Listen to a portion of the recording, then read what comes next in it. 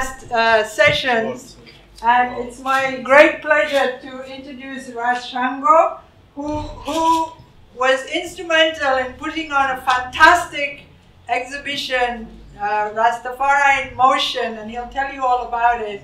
But it was wonderful in the sense it was all part of the movement, the knowledge, and the information. And after, he will have a small presentation also on educational lines, which I'll explain to you, and then we will end with a wonderful presentation and a prayer, and then when that will close it. But then we'd like to spend about 10-15 minutes to talk about what next. There's going to be lovely ideas for doing something more in the future. How much time do we have for the talk now? Yeah, everybody has 10 minutes exactly. Are you the timekeeper? Okay. Thank you very much. So, thank you very much. Over to you. Thank you very much, Angela. Greetings in the name of His Imperial Majesty, Emperor Haile Selassie I, Rasteferai. It is an honor for me to be here to address such a diverse and wonderful audience of Ethiopians, people from Britain, Rastafari, brethren and sisters, you know. We are all one people ultimately, and as you know, we consider His Imperial Majesty as divine. Rastafari, we call ourselves by his name, and we honor him as Melhane Adam, Savior of the whole world. We have no doubt about that, as Rastafari. So, without more ado, because I know you have been here for a long time, some of us are elders, and so we probably get bored by the time I come on as a final speaker. You're nodding off. I'll try to be as lively as I can. And yes, to talk about the exhibition. We were invited in 2014 by repatriated Rastafarian, who you may have heard of, Dr. Desta Magoo, who now resides in Ethiopia. She's married to an Ethiopian artist. And a brother called Rasteferai, from Jamaica originally, also residing in Ethiopia. The proposal was to bring an exhibition to the Addis Ababa Museum called The Majesty and the Movement. And Rasta Niger came to London to spread the news about this, and a few of us became interested and involved and took on the responsibility of putting an exhibition together from our perspective in Britain. There were other inputs from Portugal, Spain, other countries where His Majesty had visited, and the record shows that he visited, I think, 167 countries in his very active life as someone who traveled endlessly, perhaps more than any other monarch, in the service of humanity. So some of those places where he went brought records and reports and narratives from his journeys or his stay in those places to the exhibitions. And we found ourselves in a very fortunate position here in Britain. The only place that His Majesty stayed for an extended period outside of Ethiopia. And that was, of course, during the Italian invasion of Ethiopia, where he stayed, of course, in Bath. And I know that we are all here knowledgeable about that history and about the history of His Imperial Majesty. So I won't go into that.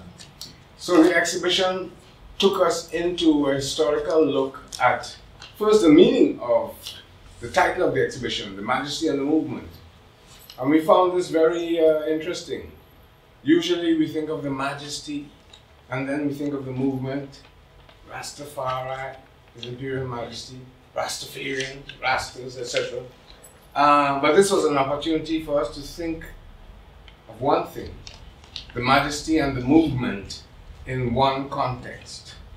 And as I say, this was very interesting for us here particularly, because His Majesty spent 4.5 years in Bath, during which he defended equal rights and justice, collective security, defended Ethiopia's right to remain free.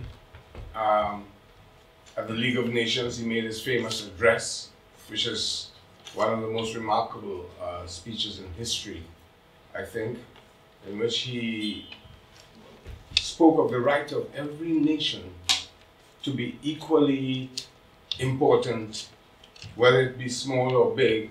The independence was important, you know, and that the bullying of superior nations who had more arms on their side, but not necessarily righteousness of their cause, should end.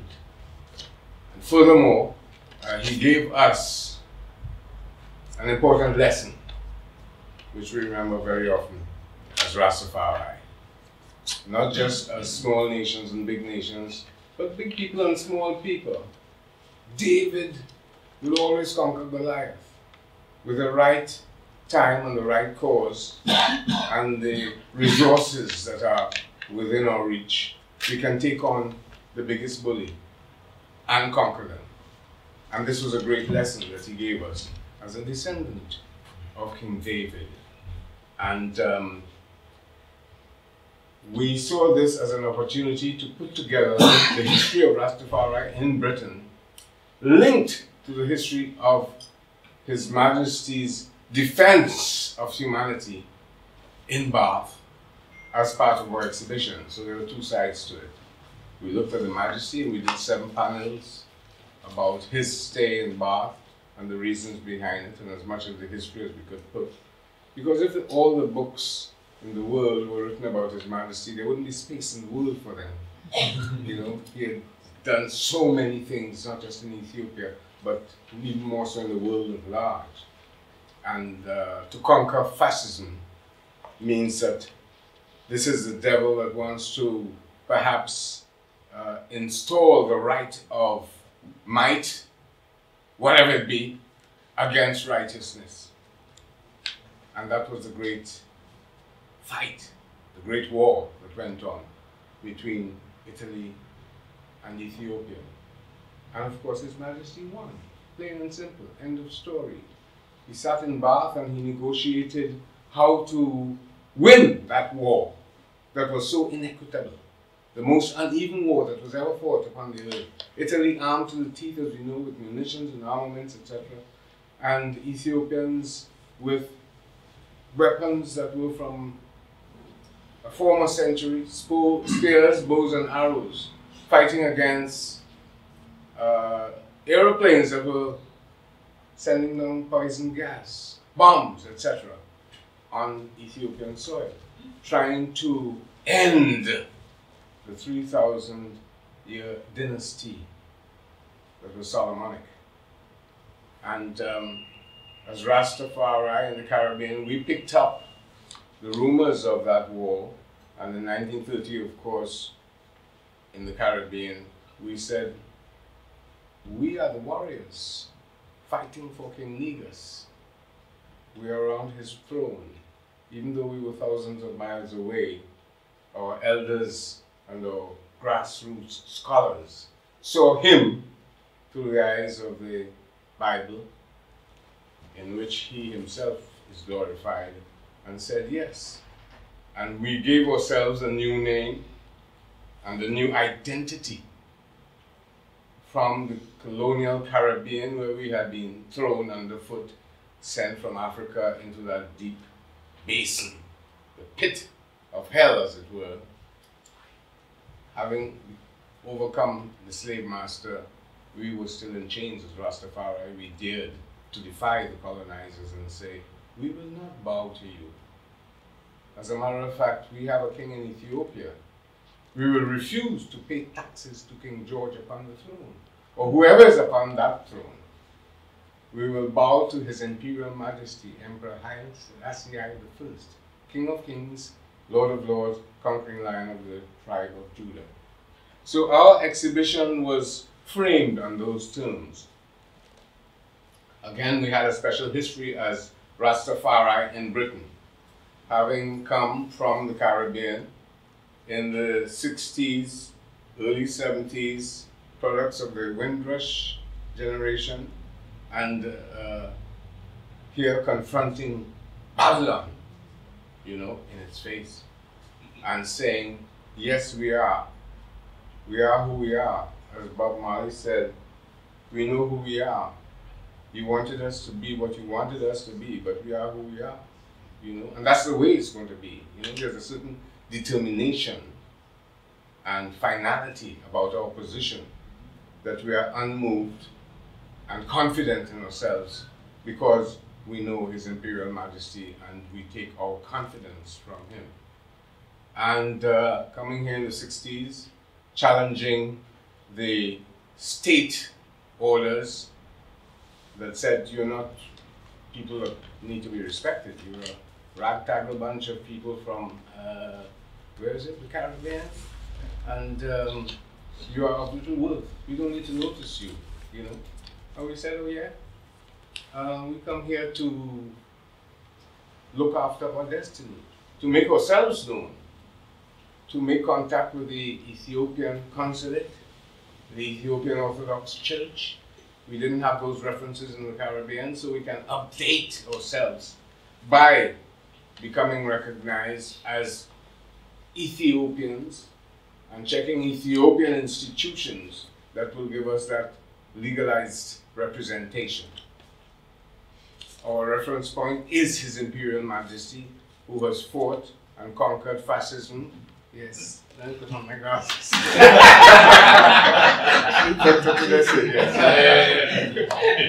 Two speakers after you. Yes, I didn't know how much time I had. So 3 minutes. Okay, that's fine. You know, out of that exhibition, which was at Addis Ababa Museum in May 2014, with other exhibitions, we came back with it to Britain. We toured it, we showed it in Bath, because that was an important place for us to be with that exhibition. Then at the Black Cultural Archives, that institution in Brixton, then in Birmingham, another important place. Then in 2016, we took it to Jamaica, because it was the 50-year anniversary of His Imperial Majesty's coming to the Caribbean, as we call it. We were carried beyond our borders. Yes. And there it was in Montego Bay with another exhibition, which had been seen beforehand in Washington. And we were side by side with that particular exhibition, recording, remembering, and reviving the wonderful time that His Majesty had in the Caribbean. He came to us. Actually, I'm a Trinidadian, and the name Trinidad, of course, means Trinity. So it has you know, connotations of Selassie. You know, he came to us first. Dr. Eric Williams, that erudite Prime Minister, invited him to come to Trinidad and Tobago, and of course, His Majesty, being so merciful and bountiful, decided, okay, while I'm here, I'll step through Barbados. I've heard of these people who call me God in Jamaica, so I'll have to stay there for a while. And then I'll also touch Haiti. It's an important point in the Black history. And of course, the resounding welcome he had at Palisadoes Airport has passed into Rastafari history. I have been a Rastafari writer and journalist for some time, working in the Caribbean and here as part of the Nyabingi National Council. We produce works such as this, which will be available. Plug, plug, thunder.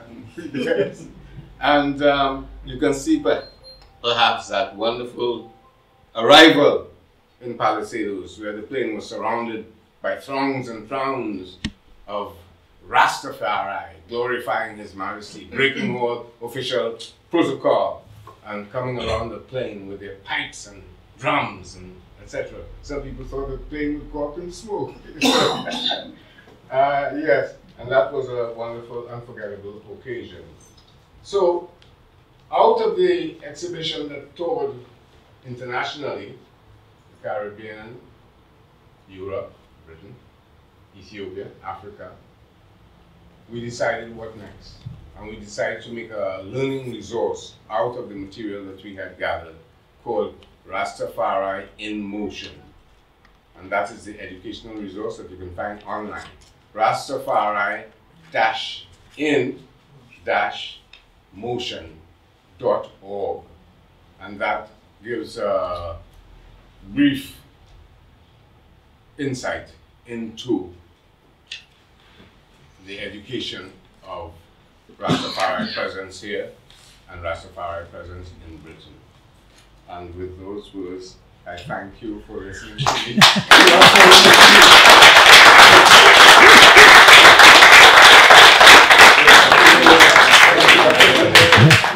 Thank you so much, and people, please look at it. It's really amazing. We have Natty Mark. Where did he go? Yeah, from Oxford, our own educationalist here. Thank you. Welcome. And we talk about modern art and some of the work you've been doing. It's a blessing to be here on this occasion. I would like to share with you my reasoning on why Haile Selassie should be considered a pioneering figure in modern art in Africa. When we talk about modern art in Africa, the pioneering figures we tend to think about Benin Monwo of Nigeria and El Anatsui of Ghana. Haile Selassie never mentioned, so I'd just like to share the reasons why I think he should be recognised. Okay. In 1961, when the independence icon Kwame Nkrumah set up the Institute of Art and Culture, and when he supported the first modern artists of Ghana, such as Kofi Antabon and Abdoulaye Glover, to me, he was continuing following that legacy that Haile Selassie set. If we look over on the other side of the continent to another independence icon, Julius Nyerere, when he set up the NAGs in the 60s, National Art Groups, which focused on theatre. Remember that he translated some of Shakespeare's plays into Swahili. So focused on theatre, on dance, drama, as well as the fine arts. And he gave full support to the founding in 1974 of what was called the Nyumba ya Sanaa, the House of Art. Once again, that is an example of following the legacy of Haile Selassie. When did this begin? Well, it started in the late 40s and 50s when he sent Ethiopian students abroad for study. I'm talking specifically about the people I call the three wise men of modern art as far as Ethiopia is concerned. So, Göbekli Desta, Skunda Bogossian, never quite sure whether I say that's right, and Afwerk Tekle. So Afwerk Tekle came here to study, came to England. Skunda Bogossian also, but also studied in France, and Göbekli Desta studied in Germany. So they went away to study, came back. Skunda Bogossian became one of the popular lecturers at Howard University, one of his historically black colleges that were set up in the Reconstruction era, but also became a very influential figure in the wider community there, the wider creative community. In his earlier days, he'd actually been a teacher in the studio of Giacometti, one of the great sculptors of the 20th century. Okay, Skunda Bogossian, we go on to Afwerk Tekle. He became like the national artist of Ethiopia. The Damascus flower on his painting is like a national treasure. And there's a great stained glass work that he done for the Africa Hall in Addis Ababa. Now, to introduce Göbekli Desta, because this is a special aspect and it shows the kind of the mental fortitude and vision that Haile Selassie had. So to introduce Göbekli Desta, I'd like to go back to 1906 to an evening in Paris. It was a salon of Gertrude Stein, and Matisse walked in and he had something in his hand, and this is 1906, and it was a statue of a Vili figure. The Vili were people of the Congo, and Picasso basically flipped out. They said that that night he couldn't stop touching it, kept staring at it, went home. They said he drew feverishly, crashed out sometime in the early morning, elated and excited. When you look at the work that Picasso produced, you think, yeah, he might have been influenced by the Kuba of the Congo or the Fang of Gabon. 6 years later, Modigliani produced one of his great masterpieces. Now, when you look at that, you can see specifically that it comes from a certain ethnic group, because you see the almond eyes, you see this thin, elongated nose, you see this small mouth, and that is exactly the motifs of the ballet of the Ivory Coast. The reason why I mention those two artists is because when Gebre Desta came back from Germany, he brought back abstract, and he was vilified by a lot of the Ethiopians. You know, how dare you bring this back? This is un-Ethiopian. This is unpatriotic. This is Western. The one person that stood up and defended him was Haile Selassie. So I just wanted to speak a few words and just emphasise for you that certain things are mentioned and certain things aren't mentioned, and I think that he deserves to be recognised as as a champion of modern art in Africa for two reasons. One, because he was the first African leader to send students abroad for art study, and two, he was the first African leader to found an art school at a university. So for that, I think His Majesty deserves the title Haile Selassie I. Thank you.